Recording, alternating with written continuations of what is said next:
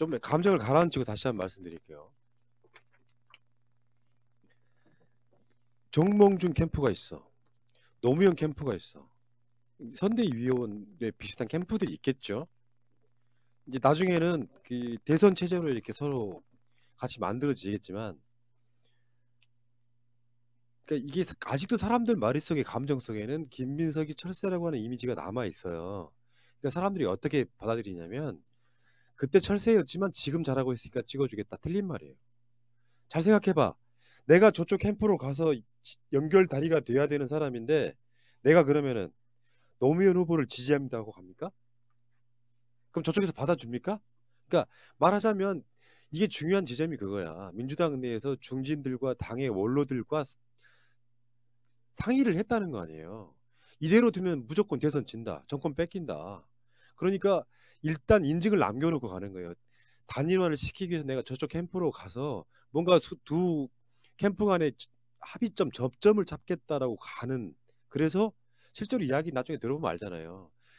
디테일은 정확하게 제가 잘 모르겠는데 여론조사 두 개를 갖고 그 합을 갖고 후보를 결정하는 나중에 상황 기억나죠. 노무현 후보와 정몽준 후보가 포장마차에 만났던 그 자리도 난 기억이 나고요. 그 상황에서 조금이라도 노무현 후보가 유리한 쪽으로 그거 설계했다는 건 정설이에요. 그러니까 정몽준이 대선 전날 단일화 파기한 것 때문에 아직도 많은 안 좋은 이미지가 남아있지만, 그렇죠. 김민석이 정몽준 캠프로 가서 정몽준이 붙어먹었다고 하는 건 틀린 팩트라고. 잘 모르시는 분들이 김민석이 철새인 건 맞잖아. 틀렸다고. 만약에 김민석 같은 당의 주류가 그렇게 안 나섰으면요, 정몽준과 노무현 캠프는 그 당대로 대선 직행했을 거야. 그러면 이해창한테 당연히 지는 거죠. 뭘 잘 모르시는 분들이 자꾸 철새로 이야기하는데 그가 틀렸다고. 그러니까 철새인 건 맞지만 지금 잘하니까 지지해주겠다, 틀린 말이에요. 명확하게 저는 말씀드리고 싶은 거예요. 만약에 나는 노무현을 지지하지만 정몽준 캠프로 간다 이렇게 말할 수 없는 거잖아. 근데 사람들이 이미지만 갖고 마치 지금 어떤 이미지를 갖고 있냐면 노무현이 안 될 것 같으니까 정몽준 캠프로 갔다고 생각하는 거야. 틀렸다고, 완전 틀렸다고. 두 캠프 사이에 가교 역할을 하기 위해서 저쪽 캠프로 일단 넘어간다. 그래서 단일화시키고 돌아오겠다고 했던 기자회견이 남아있어 지금도. 근데 뭐가 그 철새야. 그러니까 그 당시에 왜 두 캠프에서 연락이 안 될 수밖에 없었느냐? 그거는 전적으로 정몽준의 책임이 커요. 그러니까 원래 정치 조직이 다 그런 비슷한 특성을 갖고 있는데 대선 캠프도 스펙트럼이 굉장히 다양하단 말이죠. 그러니까 대선 후보로 나선 그 후보자로 나선 사람이 주변에 이제 측근들이 있을 거 아닙니까? 그 측근들이라고 하더라도 그 정치적 성향이나 그 어떤 스펙트럼에 따라서 상대당하고 가까운 사람들이 있어요. 왜냐하면 정치를 1년 만에 대선으로 가고 뭐 6개월 만에 대선으로 가고 하는 게 아니잖아요. 10년, 20년 정치를 하다 보면 거기에서 굉장히 복잡한 인간관계가 생기고 상대당하고도 나하고 정치적 지향이 다른 사람하고도 인간관계가 생긴단 말이죠. 그렇게 정치 경력을 쌓은 사람들이 대선 캠프에서 후보자를 수행하거나 전략을 짜주거나 어떤 기획 업무를 하게 되는 건데 정몽준 그 근처에 있는 사람들은 다들 기억하실 거예요. 가장 책사 역할을 열심히 했던 사람이 김용국이었습니다. 김은국 맞지? 그러니까 그런 정도로 캠프가 꾸려져 있었기 때문에 호랑나비 김은국이요. 정치적 맥락에서 노무현 캠프하고 접점이 있는 사람이 없는 거예요. 그래야지. 아니 대선 캠프에 연락하는데 노무현 캠프 대표번호 1577 1577입니다. 전화해가지고 저 노무현 후보한테 할 말이 있는데요. 이렇게 연락하는 게 아니잖아요. 정치라는 게. 다들 자기가 가지고 있는 굉장히 중요한 이슈를 상대당끼리도 교환을 한다고요. 이 정도 정책은 너희들이 받아줘라. 그러면 우리 양보할 수 있다. 이런 메시지가 오고 가야 되는데 정몽준 후보 캠프에는 구멍이 없었던 거예요. 그러니까 그 구멍 역할을 해줄 사람이 필요했는데 그걸 김민석 의원이 책임지고 갔던 거야. 그러니까 거기 최대 수혜 받으신 분이 우리 노 대통령인데 그분이 거기에 대해서 김민석 의원이 고생했다라고 이야기했는데 나머지들은 남아가지고 끊임없이 18년 동안 철새 이야기를 하면 어떻게 하냐고요. 그건 말이 안 되는 거지. 그걸 지금 또 끌어와가지고 진짜로 김민석 위원장이 그런 부분에서 진짜 그런 사람이었다 그러면 문재인 대통령이 그런 부탁을 했겠어요? 추미애 당대표한테 당시에 김민석 위원장 좀 이렇게 이렇게 좀 존경해 달라는 부탁까지 했다 그랬잖아요. 그러니까 그래서 청와대 정무수석 또는 민주당의 사무총장 후보까지 올랐던 사람이에요. 문재인 캠프, 그러니까 문재인 대선에 있어서 가장 고생한 사람 꼽으라면 나는 김민석 꼽습니다. 설사 그게 역사적 사실이라고 해도 그쯤 되면은 사실상 민주당에서 김민석 위원장한테 뭔가 보답해 주는 게 맞지. 민주당 당명 가져왔지. 지금 예를 들어서요. 검찰 개혁하고 일본과의 무역 전쟁에 있어서 민주당을 대표하는 정치인 누가 있습니까? 야전 쉽게 표현하면 집회에서 그만큼 훌륭한 연설로 민주당 사람이잖아요. 김민석 위원장이 최민희 의원 김민석 위원장 빼고 누가 있냐고. 그러니까 그 민심을 끌어가는 데 있어서 굉장히 중요한 역할을 한 사람이에요. 그거를 무슨 사실도 아닌 네거티브를 갖고 뭐 후보가 되면 안 되네 안 되네 하면서 4년 동안 뭐 하고 있다가 면접하는 날 자기 지역구 사람 동원해가지고 피켓 쓰고 시위를 합니까? 그러면 그렇게 돼서 그분이 후보가 되신다고 해도 본선에 시너지 안 난다니까. 나는 그런 상황에 그분이 올라가시면 나는 그분의 이름 아예 언급도 안 할 거예요. 어차피 뭐 비난하고 싶은 사람들이야 사실관계 여부에 떠나서 비난을 하게 마련인데 정말 그 부분만 아셨으면 좋겠어요. 그렇게 해서 본인이 당선 못 됩니다. 정말로. 그게 제일 중요하죠. 그러니까 후보와 민주당에서 입장에서. 민주연구원장을 철새를 절대 시킨다고 보지 않아요. 여러분들이 민주연구원에 대해서 양정철 그 원장이 와서 존재를 안 했지만 민주연구는 진짜 민주당의 브레인이에요. 모든 거에 대해서 다 연구하고 자료를 다 리포터를 만들고 당에다 주는 데예요.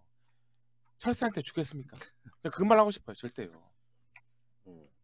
그러니까 다시 말씀드리지만 어떤 결과물이 나와도 나는 민주당 후보 지지할 거예요. 근데 마음에 생채기를 남기면 안 되는 거고요. 인연이 또 보통 인연이 아니잖아요. 같은 대학 10년, 같은 학과 10년 후배야. 그런 건 진짜 방식이 아니라고 보고 이게 최근에 불거진 문제가 아니라 수개월 된 지역 내에서는 굉장히 심각해지는 그런 부분이라고 저는 듣고 있고요. 다시 한번 말씀드리겠습니다. 철새는 캠프를 넘어갈 때 기자회견을 하면서 단일화 시키고 돌아오겠습니다라는 말을 하지 않습니다. 그냥 어느 날 갑자기 발표를 하지. 나 캠프 옮겼다?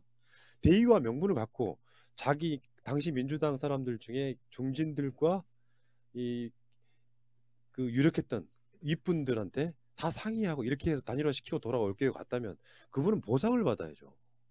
그런 방식으로 잘 모르시는 분들이 18년 동안이나 낙인 찍어서 평생 정치하면 안 되는 사람인 것처럼 선동하는 건 잘못이라고 생각이 들고요. 정책으로 선거하세요. 이러이러한 정책을 갖고 민주당을 살려보겠습니다. 또는 당선되겠습니다. 또는 정권 연장을 시키겠습니다. 이런 얘기가 나와야죠. 또 업무방해 소리 들을 것 같은데 김민석 의원님한테 철새라고 하니까 왠지 철새가 아이언버드 있잖아요. 아이언버드 단단하고 딱 이렇게 딱 잡혀있는 불사조 같은 이런 이미지가 확 떠오르는데 피닉스. 예. 제가 볼, 피닉제 말고 제가 볼 땐 철새보다는 연어 같아요. 연어. 다시 온 사연을 생각합니다. 이제 다들 건강에 좋은 것만 이야기하네요. 그러니까 민주연구원 장할 때 주로 했던 일이 뭔지 모르죠. 이제 포용국가를 연구하는 거였어요. 그러니까 포용국가가 뭡니까? 아까 방송 초반에 나왔던 그거예요. 국가가 존재하는 이유. 이게 나라다 하는 거예요. 그런 정책들을 연구하고 끊임없이 토론하고 그런 결과물들이 실제로 지금 민주당의 공약으로 연결되고 그렇죠. 이런 거예요. 그 과정에서 민주당이 지금 당 내부적으로 어느 지역을 가나 서로 간에 그런 식의 갈등은 있을 거야. 있죠. 근데 그 갈등을 푸는 방식은 네거티브가 되면 안 된다는 말씀 꼭 드리고 싶은 거예요. 정정당당하게 자기 정책과 실력 또는 국회의원의 활동은요. 어느 지역구를 가나 경쟁자가 있죠. 같은 당 내에서. 내가 의정 활동이 미흡하다고 느끼면은 바뀔 수도 있는 거예요. 그래야 서로 경쟁이 되는 거고 쉽게 표현하면 지역 내 정권 교체가 되는 거지. 같은 당에서도 정권이 교체가 되는 거고 당끼리도 정권 교체가 되는 거고 그 과정을 거치는 겁니다. 그런 상황에서 내가 지난 4년 동안 무엇을 했느냐를 내는 게 중요해. 난 그렇게 봐.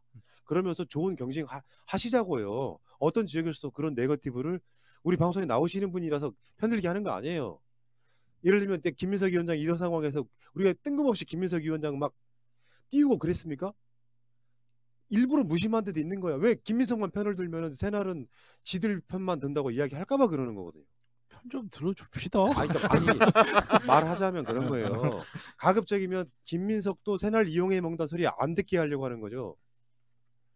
그렇다고 새날이 뭐 대단한 어떤 힘을 갖고 있다고 생각하지는 않는데 경쟁한다 그래서 우리가 신경민 의원을 한 번이라도 깐 적 있어요? 없잖아. 이유가 네. 뭔데? 그분도 민주당 사람이기 때문에 그런 거예요. 마찬가지라고 저는 생각해요. 방금 발언을 금태섭 의원이 싫어합니다. 아니 금태섭은 저는 완전히 대의를 거스르는 거라고 저는 일단 보는 거거든요. 그러니까 정봉주 의원 지역구의 경쟁자여서가 아니라 검찰 개혁이라고 하는 대의를 거스르고 검찰 기득권을 지킨 사람이잖아. 그 사람은 난 민주당에 있으면 안 된다고 생각해. 내가 지금 신경민 의원 민주당에 있으면 안 된다고 말하지 않았잖아요. 결이 또 완전히 다른 거지. 자, 어쨌건 지금 그런 거 같고 나머지도 마찬가지입니다. 선거라고 하는 게 벌써 네거티브 이야기가 나온다는 건 굉장히 패착이거든. 깨끗한 경선을 통해서 후보가 결정돼야만 좋은 시너지가 나는 거라고. 다시 말씀드리지만 황교안이 왜 영등포를 여론조사를 했겠습니까? 여의도가 있다는 측면도 있겠지만 그 내부적인 모습이 별로 안 좋다는 걸 아는 거죠. 거기 비집고 들어가면 그래서 후보가 만약에 뭐 이쪽이나 저쪽이나 후보가 되면 그거 이길 수 있다고 생각하는. 그러니까 항상 내부 분열이 있으면 끼어드는 세력이 있는 거예요. 그건 당연한 진리 같은 거죠. 그러니까 댓글을 다시거나 채팅을 하실 때 가끔씩 보면 상당히 이간질러들이 있어요. 이분이 민주당 지지자인지 아닌지 긴가민가한 분들이 있습니다. 오해서 하셔가지고 정지당하는 경우도 그래서 있어요. 실제로. 주어를 잘 써야 됩니다. 자, 오늘 방송 여기서 마치도록 하겠습니다.